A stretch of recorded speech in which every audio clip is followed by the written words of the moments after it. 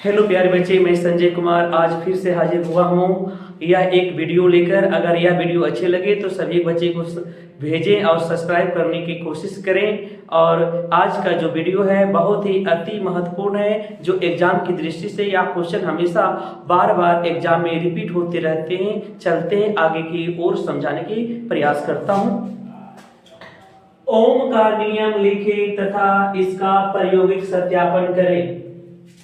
ओम का नियम विद्युत धारा एवं विभवांतर के बीच संबंध बताता है। इस नियम के अनुसार अचर ताप पर किसी चालक से प्रवाहित होने वाली विद्युत धारा चालक के सिरों के बीच के विभवांतर का सीधा समानुपाती होता है। अर्थात प्यारे बच्चे, यहाँ पर बात किया विभवांतर विद्युत धारा सीधा समानुपाती होता है। तो विभवांतर को भी से सीधा समानुपाती का चिन्ह ए वाला पढ़ते हैं और विद्युत धारा आई होते हैं।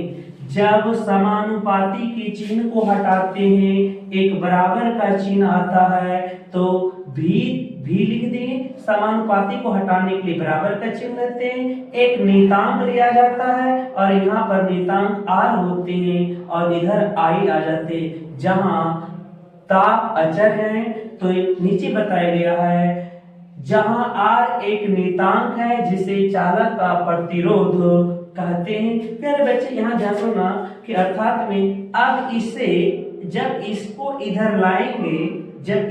इधर लाएंगे ये ऊपर जाएगा, ये नीचे आएगा, तो इसी चीज को यहाँ आर यहाँ किए भी ऊपर जाएगा बटे आई होगा। अगर इसको आगे और मैं बढ़ा दूं, अगर आई लूंगा कोना कोनी, प्यारे बच्चे आप जानते हैं कि कोना कोनी गुना होते हैं, तो इसलिए कहते हैं कि आई इंटू आर बराबर भी। अब कहते हैं कि यहाँ पर आई लिया जाए तो भी ऊपर जाएंगे आर नीचे आएंगे।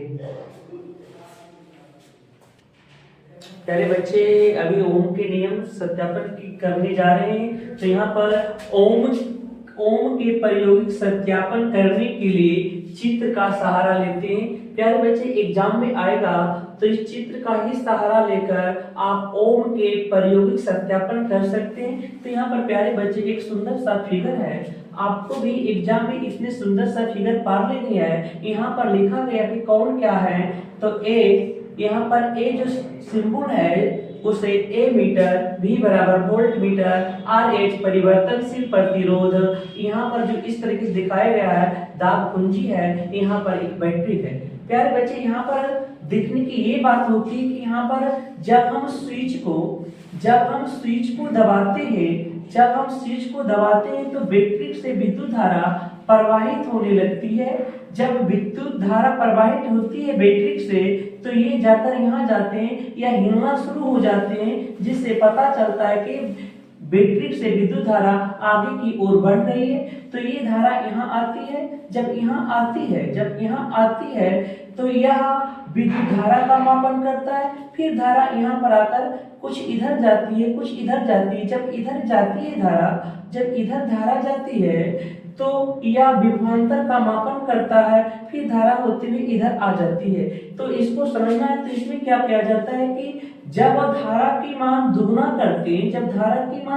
करते हैं तो विभवांतर भी दुगनी हो जाती है। जब विभवांतर को आधी कर देती है तो धारा का मान आधी हो जाती है। इस प्रकार से सिद्ध हो जाता है कि भी समानुपाती आई होता है। लेकिन प्यारे बच्चे, यहाँ पर समझने के लिए यहाँ पर लैंग्वेज में लिखा गया वो समझते हैं। जब दाब कुंजी दबाकर बैटरी से धारा प्रवाहित की जाती है तो ए से धारा का मान तथा वोल्ट मीटर से विभवांतर का मान ज्ञात किया जाता है। जब बैटरी से धारा प्रवाहित होती है तो परिवर्तनशील प्रतिरोध हिलने लगती है। ए मीटर विद्युत धारा का मापन करती है। करती है, जबकि वोल्ट मीटर विभवांतर का मापन करती है।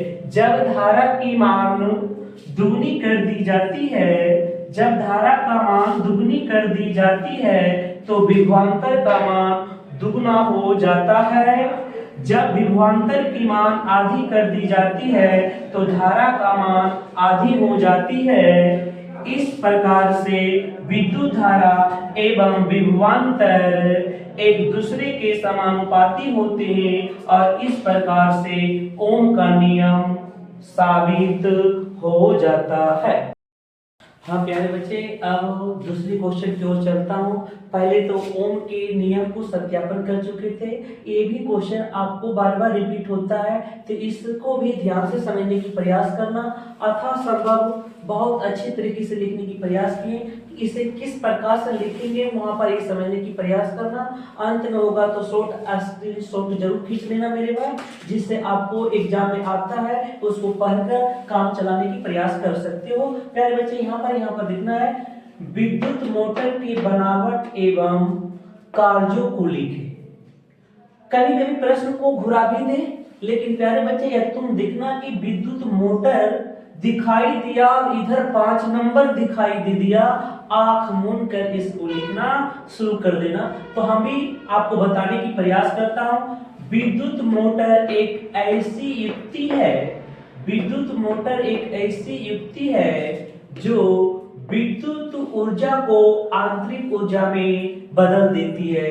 विद्युत ऊर्जा को आंतरिक ऊर्जा में बदल देती है। प्यारे बच्चे, यहाँ से एक क्वेश्चन हमेशा पूछा जाएगा कि वह कौन सी युक्ति है जो विद्युत ऊर्जा को आंतरिक ऊर्जा में बदल देती है। आपको याद रखना विद्युत मोटर। इसके अलावा बनावट आएगा, इसके बाद बनावट जाएंगे।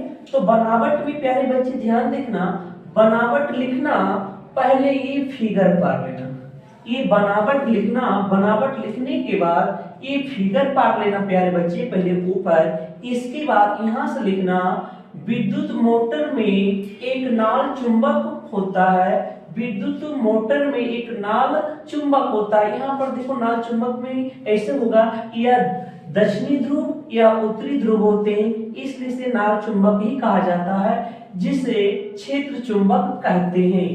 प्रायः क्षेत्र चुंबक विद्युत चुंबक ही होता है, प्रायः क्षेत्र चुंबक ही विद्युत चुंबक ही होता है।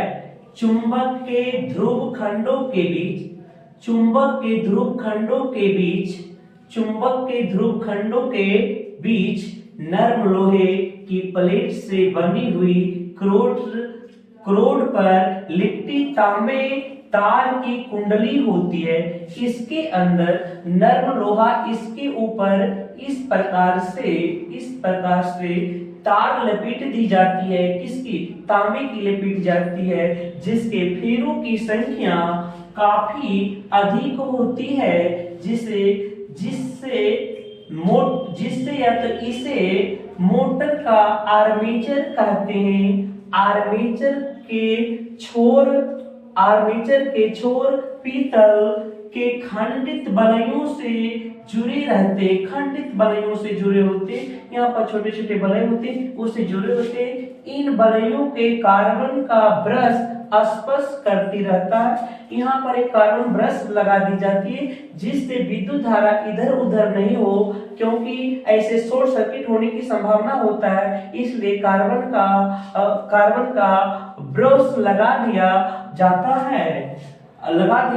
है।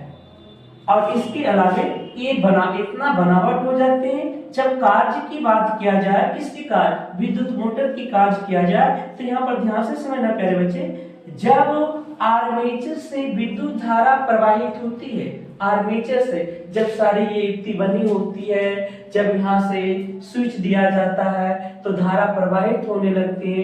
जब आर्मेचर से विद्युत धारा प्रवाहित की जाती है तो आर्मेचर की वे दो भुजाएं AB तथा CD जो चुंबकीय क्षेत्र की दिशा के लंबवत होती है, चुंबकीय क्षेत्र की दिशा के लंबवत होती है,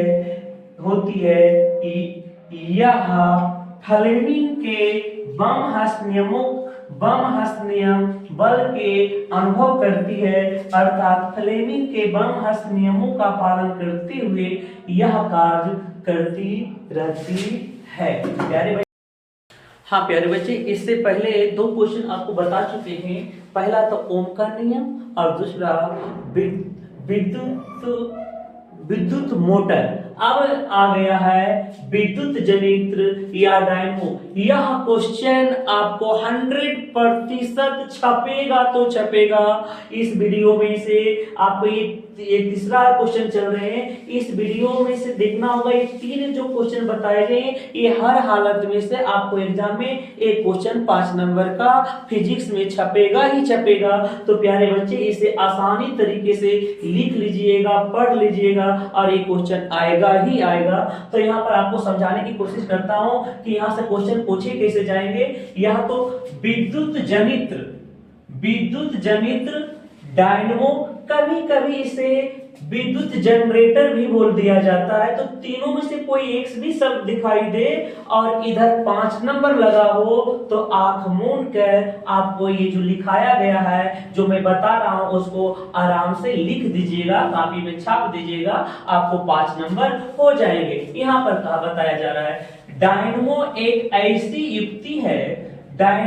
ऐसी युक्ति है जिसकी द्वारा आंतरिक ऊर्जा को विद्युत ऊर्जा में बदल देता है। प्यारे बच्चे, यहाँ पर एक क्वेश्चन ही पूछा जाता है कि वह कौन सी युक्ति है जो आंतरिक ऊर्जा को विद्युत ऊर्जा में बदल देती है। ऑप्शन में देखना, विद्युत जनित्र या डायनमो या विद्युत जनरेटर, और तीनों में से एक कोई लिखा मिले वह आंसर हो जाएंगे। और दूसरे क्वेश्चन यहाँ पर एक और ऑब्जेक्टिव पूछ लिए जाते हैं कि डायनमो या विद्युत जनित्र किस नियमों का पालन करती है या किस सिद्धांत का पालन करती है। तो यहाँ पर आंसर आपको देना है प्यारे बच्चे, विद्युत चुंबकीय प्रेरण सिद्धांत पर।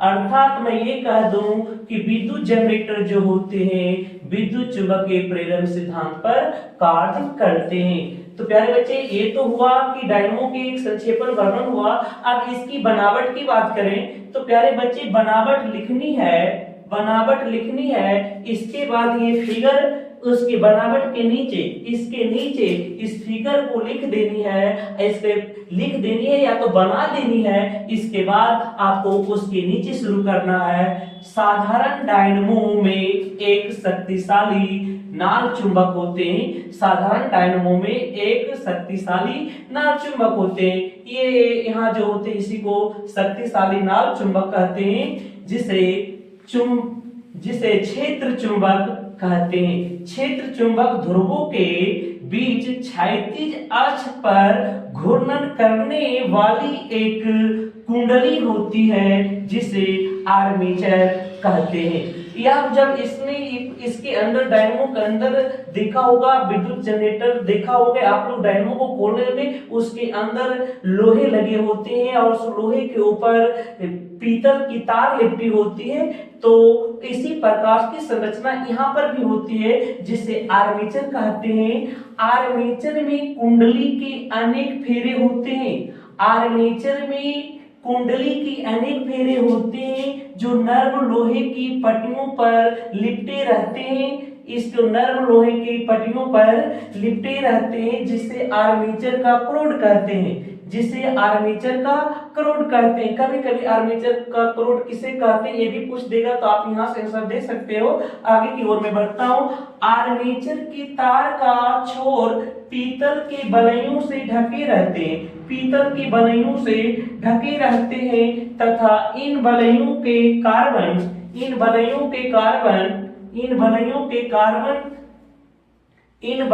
कार्बन से पत्तियां हल्का स्पर्श करती रहती है जिसे ब्रश कहते हैं।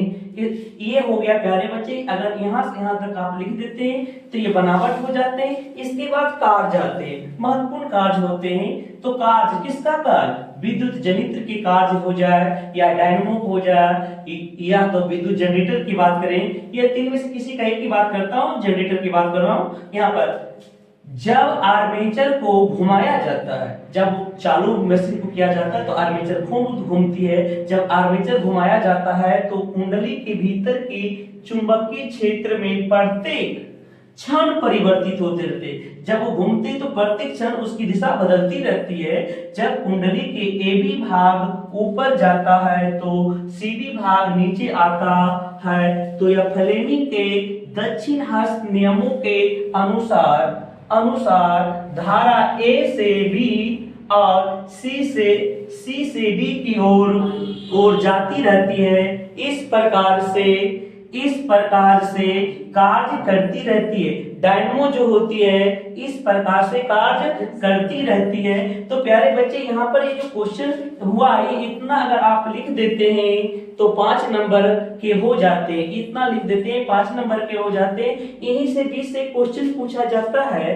क्वेश्चन पूछा जाता है कि आर्मेचर के अंदर जितने फेरे की संख्या होंगे, आर्मेचर के अंदर जितने फेरे की संख्या होंगे उससे विद्युत धारा उतना ही प्रवाहित होगा। तो मैं आशा करता हूं कि अगर यह वीडियो अच्छी लगती है तो आपको इसे अच्छी तरीके से देखें और हो सके अधिक से अधिक बच्चे के पास पहुंचाने की प्रयास करें। Thank you.